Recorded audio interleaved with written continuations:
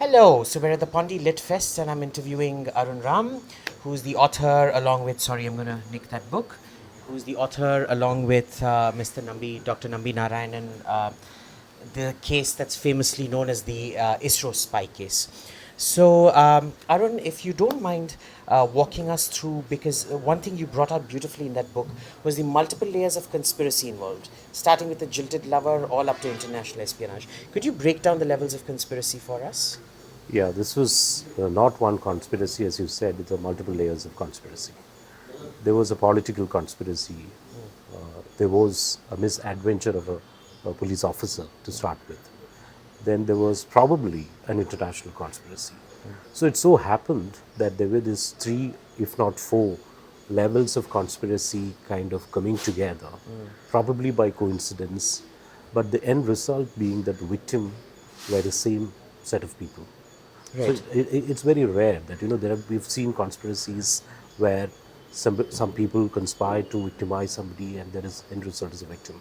But here, the three different conspirators or different sets of conspirators do something without consulting each other, and then the end result being that it's Nambi Narayanan and of course a few others, Shashi Kumar and four other accused. So I think that way it was a very rare case. I would start from the beginning. It all started with the misadventure, as I would call it, of a police officer who went to check on a Maldivian woman called Mariam Rashida. She was staying in a hotel in Trivandrum. She was booked for overstay, which in fact was not the case. A court in Trivandrum later found that she was not overstaying. It was a case of forced overstay by the inspector himself. So then he stumbles upon a diary. So it looks like, the inspector wanted to fix this woman, stop her from going abroad. And then he stumbles upon a diary where she has mentioned a phone number, not of Nambi Narayanan, mind you, another scientist, and through which he is trying to build a case. In fact, he invents a case, which later, metamorphosed into what we know as the ISRO spy case. That is one part of the, if I may Right. call it, a conspiracy. Yeah. The other thing is there was a political conspiracy, a very local, a regional political conspiracy, where the AK Antony group and the Karunakaran group. Karunakaran was the chief minister of Kerala at that point in time. The Antony group was conspiring to oust Karunakaran.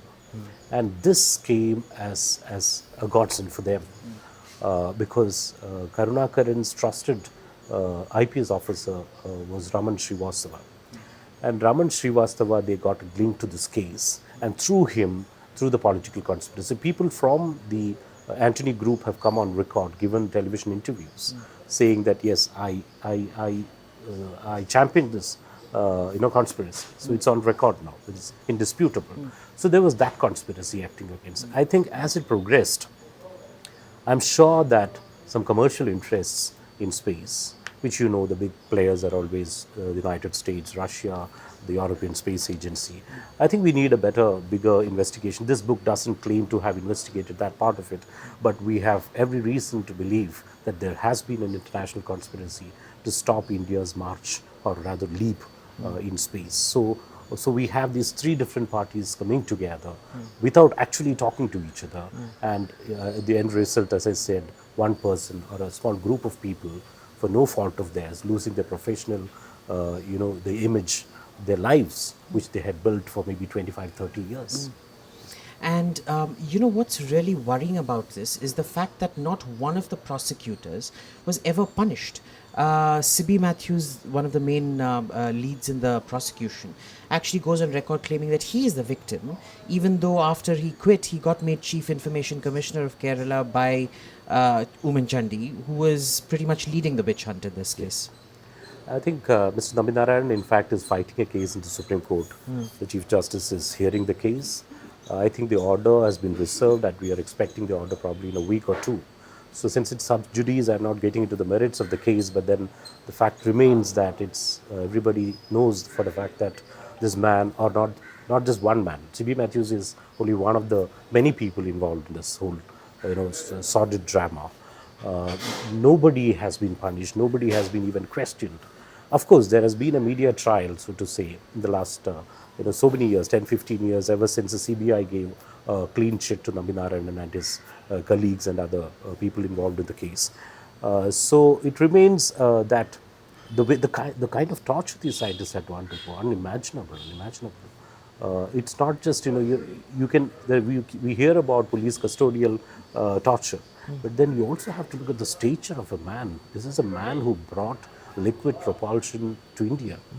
In fact, we are talking about manned mission. The Prime Minister just spoke on the Independence Day about manned mission.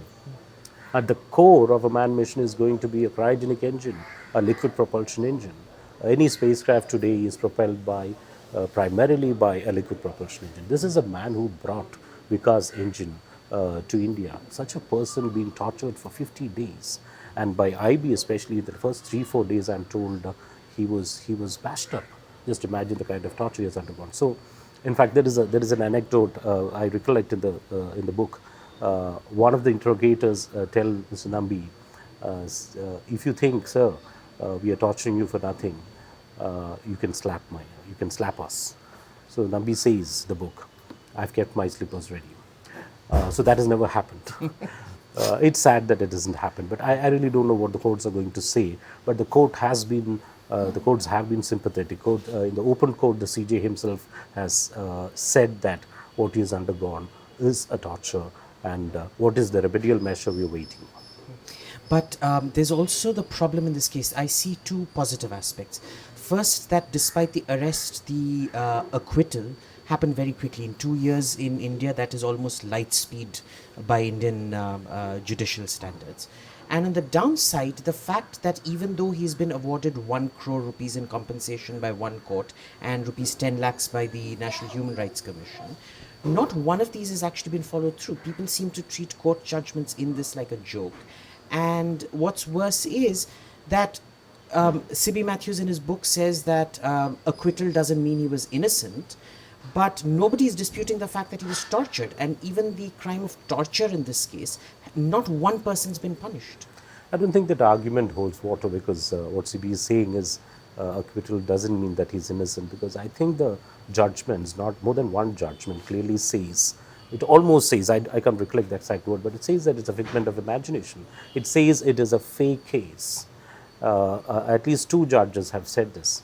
So I don't know, the Supreme Court of India is saying that there is nothing called spy case. And then an IPS officer is saying that I don't know his understanding of law, or is it a lack of respect for the Supreme Court? I don't understand. So if he is not innocent, why should the Supreme Court say that there is no case? It's a fake case. And the basic thing is that what beats me is that officers of this, supposed to be of some caliber, an IPS officer, they are saying that they believing that actually somebody can cart away documents. Rocket science can be carted away as documents. This is the most foolish thing one can ever say. If that be the case, then you just Google, you can make a rocket at home. So Pakistan could have made a cryogenic engine long ago. That doesn't happen. We have to know that for 5 to 6 years, from 1975 to 81, a team of 50 scientists from India collaborated with another 100 scientists in France, Vernon, to produce what we now have, what we call the Vikas engine. So that's a kind of effort. As this book clearly says, it's not just the know-how, it's the know-why.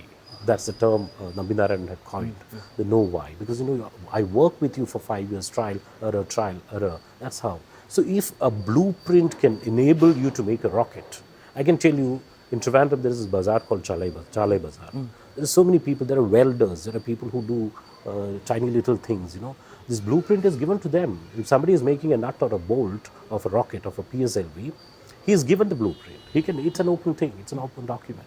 To say that you take photocopies of that and use 2 Maldivian honey traps to transport it to Pakistan, it's absolutely fabulous fiction. But you see this lack of knowledge of the difference between how and why across the entire Indian defense policy discourse in that sense. Because they all talk about technology transfer, but they never talk about sending scientists abroad to actually understand why certain technologies are made in certain ways. So you're looking at across the board lack of policy knowledge in this case. But let's get to the two Maldivian women in this case, because nobody talks about the fact that, except in your book, that these two women were also innocent women that were brutally victimized by the system. Where are they now? Tell us more about them. Both of them are in Maldives. In fact, I was in Maldives a few months ago on another assignment, so I happened to talk to both of them.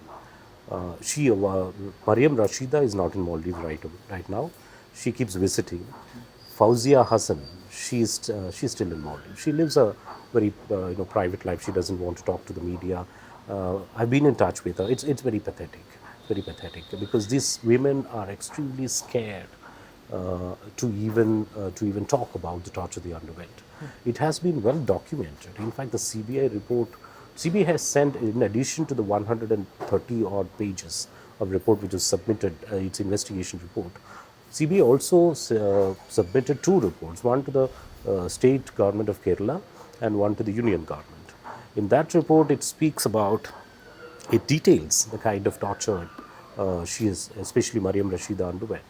She was made to lie on a sheet of ice naked, and the biggest torture was the interrogators telling her if she doesn't speak up, if she doesn't speak as tutored by them, they would bring her daughter in front of her and rape her.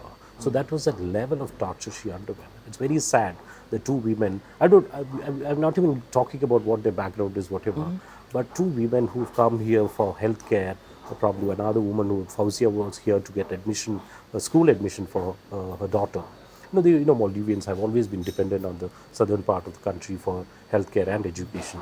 So such two women, of course, Mariam was working for an agency which was a kind of an outsourced agency for working for the government. That was once cited as the link to the spy. But all these tales of fiction have been demolished, I think, very systematically by the CBI as also the apex court. So I think the two women also deserve some kind of compensation.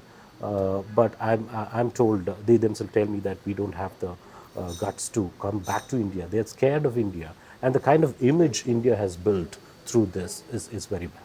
Right. Going on to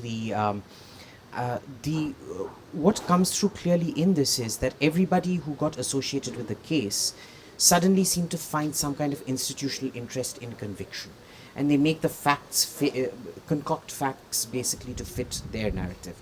What was different with the CBI? Because the moment the CBI gets involved, it seems quite convinced that there is no case to answer, and that's where the real unraveling of the prosecution's case begins. I think I really don't know the motives of the different sets of interrogators, but I feel that the CBI has been thoroughly professional. One, I'll give you a couple of instances. The way IB interrogated Mr. Nambi and Shashi Kumaran, they never knew who the interrogators were. They gave nicknames. They hit him from behind, and they asked mostly. They had theories. And they just wanted him to endorse those theories. That's not the kind of questioning. Be it in journalism or be it in investigation, you always have open questions to ask. So CBI, the first thing they did was, Nambi says that Vijay Ram Rao himself comes, he wears a badge, he wears an ID card, says that my name is Vijay Ram Rao, I'm the director of CBI.